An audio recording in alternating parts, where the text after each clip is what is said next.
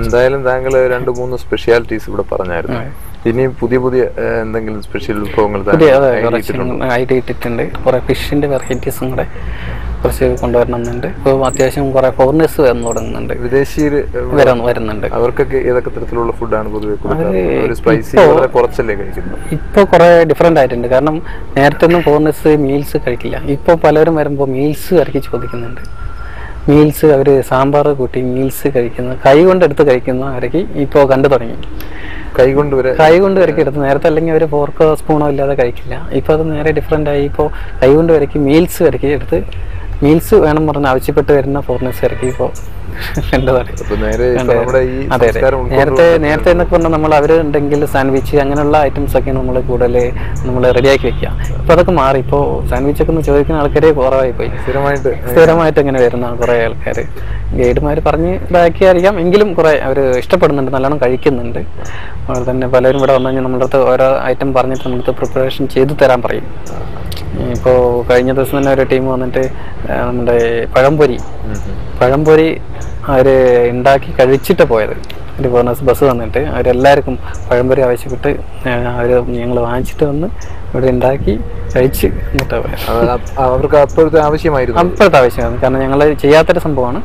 അങ്ങനെയൊക്കെ ചെയ്യുമ്പോൾ നിങ്ങൾ അഡീഷണൽ ചാർജ് ചെയ്താൽ? ഇല്ല, അങ്ങനെയില്ല. നമ്മൾക്കൊരു സ്ഥിരം കസ്റ്റമേഴ്സ് അല്ലേ. കാരണം അവർ ആ ഗൈഡ് അടുത്ത ട്രിപ്പും നമ്മൾ കൊണ്ടുവരണം. അപ്പോൾ ഓവർ ചാർജ് ചെയ്യാനും പറ്റില്ല. നല്ലൊരു നോർമലി ചാർജ് ചെയ്തു. പാലക്കാട് എന്ന് പറയുന്നത് കേരളത്തിന്റെ ഒരു വലിയ ഡിസ്ട്രിക്റ്റ് ആണ്. ഇപ്പോൾ താങ്കൾ പറഞ്ഞു ഇവിടെ വ്യാവസായിക കേന്ദ്രങ്ങൾ, വ്യവസായശാലകൾ ഒരുപാടുണ്ടെന്ന് പറഞ്ഞു. അപ്പോൾ ഈ വ്യവസായശാലകളിൽ പൊതുവെ ക്യാൻറ്റീനുകൾ കാണും.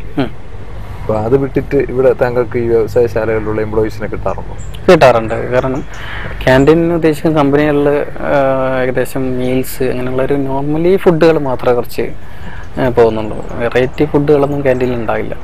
മാക്സിമം മീൽസ് അല്ലെങ്കിൽ ചപ്പാത്തി, ഈവനിങ്ങിലൊക്കെ ആണെങ്കിൽ ചപ്പാത്തി അങ്ങനെയുള്ള ഏതെങ്കിലും 1-2 ഐറ്റം മാത്രമേ ക്യാൻറ്റീനിൽ കൊടുക്കുന്നുള്ളൂ. അപ്പോൾ അവർക്ക് എല്ലാ ദിവസവും അതുതന്നെ ആകുമ്പോൾ ആർക്കും ഇഷ്ടപ്പെടില്ല. അപ്പോൾ അതുകൊണ്ടും പലരും പിന്നെ ഓഫീസേഴ്സുകൾ, സ്റ്റാഫുകളില്ലെങ്കിൽ ഓഫീസേഴ്സെങ്കിലും ഇവിടെ വരാറുണ്ട് ഷുവറായിട്ടും. പിന്നെ സ്ഥിരം അവർക്ക് മീൽസ് മാത്രം ഒരു അപ്പർ ലെവലിലുള്ള അല്ലെങ്കിൽ ഹൈ ക്ലാസ്സിലുള്ള ഓഫീസേഴ്സ് മാത്രമേ കൂടുതലും വരുന്നത്. ഈ ഔട്ട്ഡോർ കാറ്ററിംഗ് സർവീസിന്റെ പേരും കോറൽ എന്നാണ്. അതെ അതെ. അപ്പോൾ ഈ കോറൽ ഔട്ട്ഡോർ കാറ്ററിംഗ് സർവീസിനെ കുറിച്ചൊന്ന് പറയാമോ? ഇത് നമുക്ക് ഏതൊക്കെ തലങ്ങളിലാണ്, ഏതൊക്കെ ലെവലുകളാണ് ഇത് ചെയ്യാറുള്ളത് എന്ന് പറഞ്ഞാൽ ഏതൊക്കെ ഫംഗ്ഷനുകളാണ് ഇത്? ഞങ്ങൾ മാരേജ് ഫംഗ്ഷൻ ആയിട്ട് കാണുന്നത്, marriage function, office function, company ഫംഗ്ഷനുകൾ എടുക്കാറുണ്ട്. മാരേജ് തന്നെ 3 ക്ലാസ് ഉണ്ടല്ലോ. അതെ അതെ, നമ്മൾ സദ്യയും ചെയ്യുന്നുണ്ട്, റിസപ്ഷൻ ആയിട്ടും ചെയ്യുന്നുണ്ട്. പിന്നെ എൻഗേജ്മെന്റ് അങ്ങനെയുള്ള പ്രോഗ്രാം നമ്മൾ എടുക്കുന്നുണ്ട്. പിന്നെ ഓഫീസുകളുടെ ഫംഗ്ഷൻ നമ്മൾ എടുക്കുന്നുണ്ട്. ഓഫീസിന്റെ ഫംഗ്ഷൻ, പിന്നെ ഈ നമ്മളിപ്പോൾ റെയിൽവേന്റെ ഫംഗ്ഷനൊക്കെ ഞങ്ങൾക്ക് കിട്ടുന്നുണ്ട്. അങ്ങനെയുള്ള ഫംഗ്ഷൻ നമ്മൾ കിട്ടുന്നുണ്ട്. നമ്മൾ ഹോട്ടലിൽ അതും കിട്ടുന്നുണ്ട്. സ്റ്റാഫുകളെ പറ്റി ഒന്ന് വിശദീകരിക്കാമോ? സ്റ്റാഫുകളുടെ പെരുമാറ്റ രീതി അല്ലെങ്കിൽ സ്റ്റാഫുകളുടെ ഇടപെടൽ എങ്ങനെയാണ്? സ്റ്റാഫുകളുടെ ഇപ്പം ഞാൻ നേരത്തെ തന്നെ പറഞ്ഞല്ലോ, ഒരു തുടക്കം മുതലുള്ള സ്റ്റാഫുകളാണോ എപ്പോഴും? അതെ അതെ, തുടക്കം മുതലുള്ളവരുണ്ട്, പുതിയ ആൾക്കാർ വന്ന ആൾക്കാരുമുണ്ട്. അപ്പോൾ ഞാൻ നേരത്തെ തന്നെ പറഞ്ഞ പോലെ സ്റ്റാഫുകളെ കുറിച്ച് നല്ലൊരു ബോധ്യമുള്ളൊരു മനുഷ്യനാണ്. കാരണം ഞാനും ഒരു സ്റ്റാഫായിട്ട് നേരത്തെ വർക്ക് ചെയ്തതുകൊണ്ട് അവരുടെ ബുദ്ധിമുട്ടും കാര്യങ്ങളും എനിക്ക് നല്ലതാണ്. ഞാൻ ഉദ്ദേശിക്കുന്നത് ഓരോരുത്തരുടെ പെരുമാറ്റ രീതി വ്യത്യാസമായിരിക്കുമല്ലോ. താങ്കൾ കൊണ്ടുപോകാൻ കഴിയണമല്ലോ. കാരണം അങ്ങനെ കഴിഞ്ഞിരിക്കണം, എന്നാലേ നമുക്കത് മുന്നോട്ട് കൊണ്ടുപോകാൻ പറ്റുള്ളൂ. പിന്നെ അങ്ങനെ ഓവറായിട്ട് നമ്മളുടെ അങ്ങനെ പ്രശ്നം ഉണ്ടാക്കുന്ന സ്റ്റാഫുകളായിട്ടൊന്നും ഇല്ല. ഈ മാംസം എവിടെ നിന്നാണ് പൊതുവെ വരുത്താറുള്ളത്? തമിഴ്നാട് അടുത്ത് കിടക്കുന്നതുകൊണ്ട് ചിക്കനൊക്കെ പൊതുവെ നമ്മൾ പാലക്കാട് നമ്മൾ എടുക്കുന്നത്. നമ്മുടെ ആള് പാലക്കാടാണ്, പക്ഷെ പുള്ളി പാലക്കാട് മാർക്കറ്റിൽ നിന്നാണ്. പുള്ളി എടുക്കുന്നത് തമിഴ്നാട്ടിൽ തന്നെയാണ്. ഡെയിലി രാവിലെ കളക്ട് ചെയ്യും. ഫിഷും ബീഫ് ചിക്കൻ അങ്ങനെയുള്ളതൊക്കെ ഡെയിലി കളക്ട് ചെയ്യും, ഡെയിലി സെയിലാക്കുക. സ്റ്റോക്ക് വയ്ക്കുന്ന ഇതില്ല. അപ്പോൾ ഇവിടെ ഒരു മോഡറേറ്റ് ആയിട്ട് അല്ലെങ്കിൽ ഇത്ര ദിവസം ഇന്ന രീതിയിലായിരിക്കും സെയിൽ നടക്കുന്നത് ഏകദേശം നമ്മൾക്കറിയാം. പിന്നെ കഴിഞ്ഞ പരിപാടി നടത്തും പ്രോഗ്രാം. അടുത്ത് ഇവിടെ എവിടെയെങ്കിലും ഫംഗ്ഷനുകളൊക്കെ നടക്കുകയാണ്, അല്ലെങ്കിൽ ഒരു പ്രോഗ്രാം നടക്കുകയാണെങ്കിൽ, അല്ലെങ്കിൽ എന്തെങ്കിലും ഫംഗ്ഷൻസ് നടക്കുകയാണെങ്കിൽ മാത്രം അന്ന് അഡീഷണൽ ആയിട്ട് വേണ്ടി വരും. അത് വേണ്ടി വരും. അത് നമ്മൾ തലേദിവസം തന്നെ ഓർഡർ ഉണ്ടാവുമല്ലോ, അത് ബേസ് ചെയ്തിട്ട് നമ്മൾ പർച്ചേസ് ചെയ്യും. ഡെയിലി പർച്ചേസ് ഫിഷൊക്കെ ആകുമ്പോൾ ഡെയിലി പർച്ചേസ് ചെയ്യുമ്പോൾ കുറച്ചും കൂടെ നല്ല ഫ്രഷ് ആയിട്ടുള്ള ഫിഷ് കിട്ടും. അതുപോലെ തന്നെ നമുക്ക് റേറ്റിലും വ്യത്യാസമുണ്ട്. ചിലപ്പോൾ ചില ദിവസങ്ങളിൽ കുറവാകും, ചില ദിവസങ്ങളിൽ കൂടുതൽ വരാം. പക്ഷെ നല്ല ഫിഷ് ഡെയിലി ഫ്രഷായിട്ടുള്ള കുറച്ചും കൂടെ ഫിഷ് നല്ലത് കിട്ടും, അത് നമുക്ക് ഉപകാരപ്പെടും. അപ്പോൾ ഇവിടുത്തെ പിന്നെ ഡിഫറെൻ്റ് ആയിട്ട് ഓരോ ദിവസവും ഡിഫറെൻ്റ് ആയിട്ട് നമുക്ക് ഫിഷ് കൊടുക്കാൻ പറ്റും. ഹോട്ടൽ മേഖലയെ സംബന്ധിച്ച് ഹോട്ടലിലെ സ്റ്റാഫ് തന്നെയാണ് നെടുന്തൂണെന്ന് ഞാൻ പറഞ്ഞു. എന്നാലും അതിനേക്കാളും പ്രാധാന്യം അവിടുത്തെ മെയിൻ ഷെഫിനാണ്. ഷുവറായിട്ടും. അപ്പോൾ ഇവിടുത്തെ ഷെഫ് എത്രമാത്രം കാര്യപ്രാപ്തിയുള്ള ആളാണ് പറയാമോ?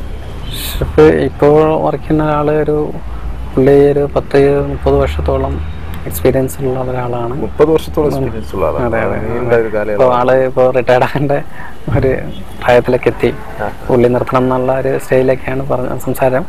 എങ്കിലും ഞാൻ വിടാൻ ഉദ്ദേശിക്കുന്നില്ല. ഇപ്പോഴൊന്നും നല്ലൊരു ആരോഗ്യമുണ്ട് ആൾക്ക്, നല്ല എക്സ്പീരിയൻസ് ഉള്ള ഒരാളാണ്. നല്ല പാലക്കാട്ടുകാരനാണോ? പാലക്കാട്ടുകാരൻ തന്നെയാണ്. നല്ല നല്ല സ്വഭാവമുള്ള ഒരാളാണ്.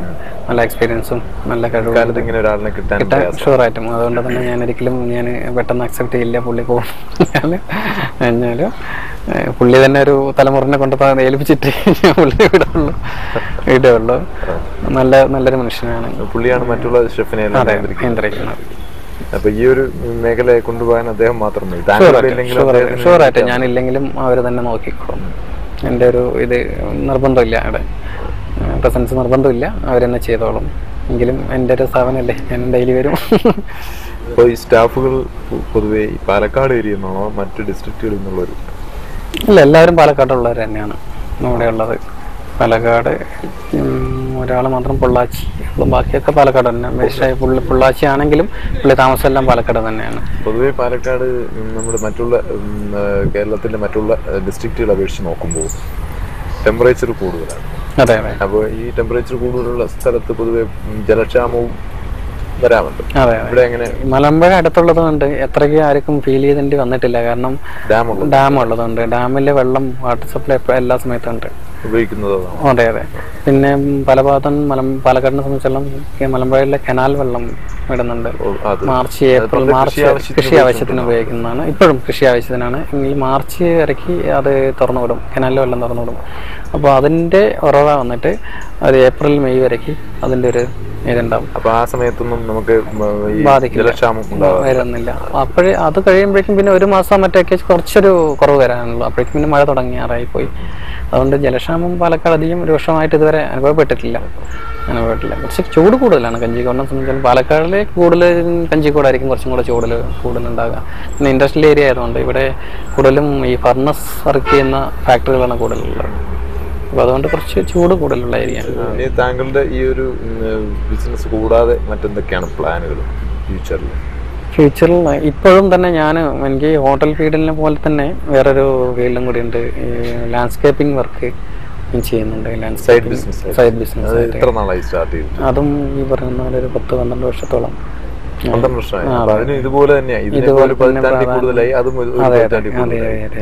അതും എനിക്ക് ഇനി കുറച്ച് അഗ്രികൾച്ചറിൽ കുറച്ച് പോയിട്ടുണ്ട്. പിന്നെ ബ്രദർ വന്നിട്ട് മലമ്പുഴ അഗ്രികൾച്ചർ ഫാമിൽ വർക്ക് ചെയ്യുന്നുണ്ടായിരുന്നു.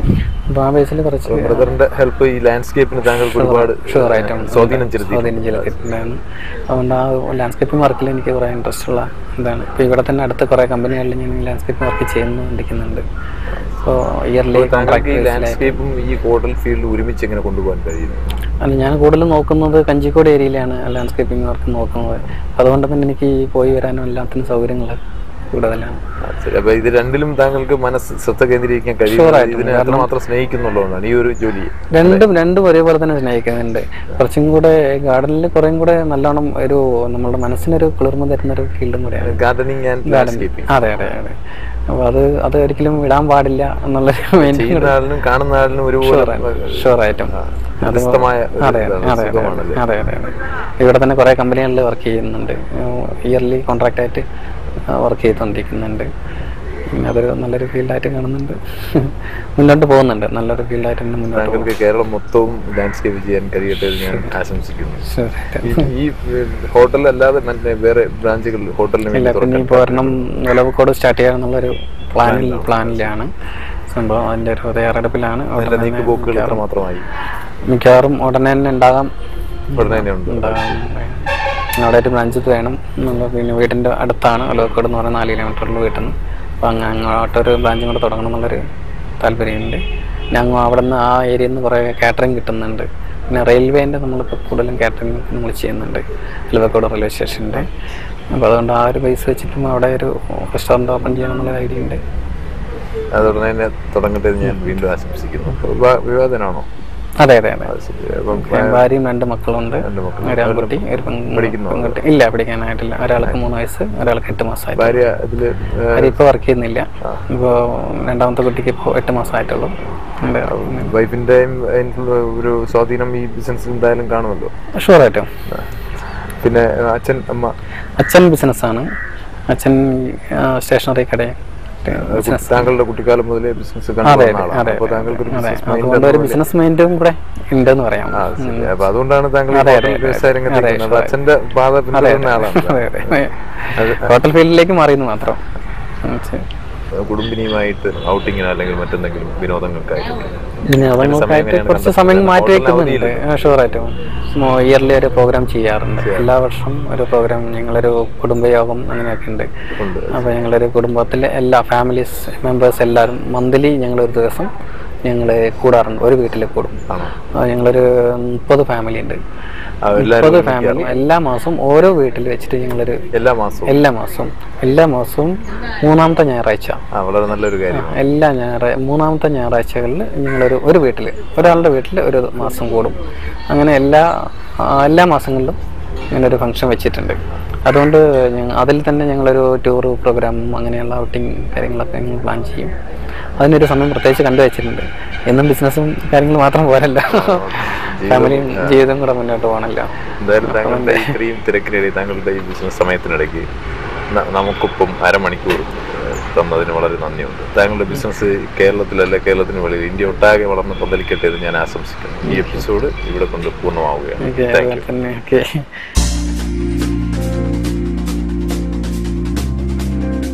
ഇനി പ്രേക്ഷകരോടുള്ള ചോദ്യം. പ്രസിദ്ധമായ പറമ്പിക്കുളം വന്യമൃഗ സംരക്ഷണ കേന്ദ്രം ഏത് ജില്ലയിലാണ് സ്ഥിതി ചെയ്യുന്നത്? ചോദ്യം ഒരിക്കൽ കൂടി. പ്രസിദ്ധമായ പറമ്പിക്കുളം വന്യമൃഗ സംരക്ഷണ കേന്ദ്രം ഏത് ജില്ലയിലാണ് സ്ഥിതി ചെയ്യുന്നത്? ഈ ചോദ്യത്തിന് ശരിയുത്തരം ഇനി പറയുന്ന ടെലിഫോൺ നമ്പറിൽ അറിയിക്കുക.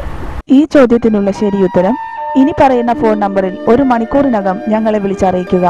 വിളിക്കേണ്ട ഞങ്ങളുടെ ഫോൺ നമ്പർ 0484 231 7784.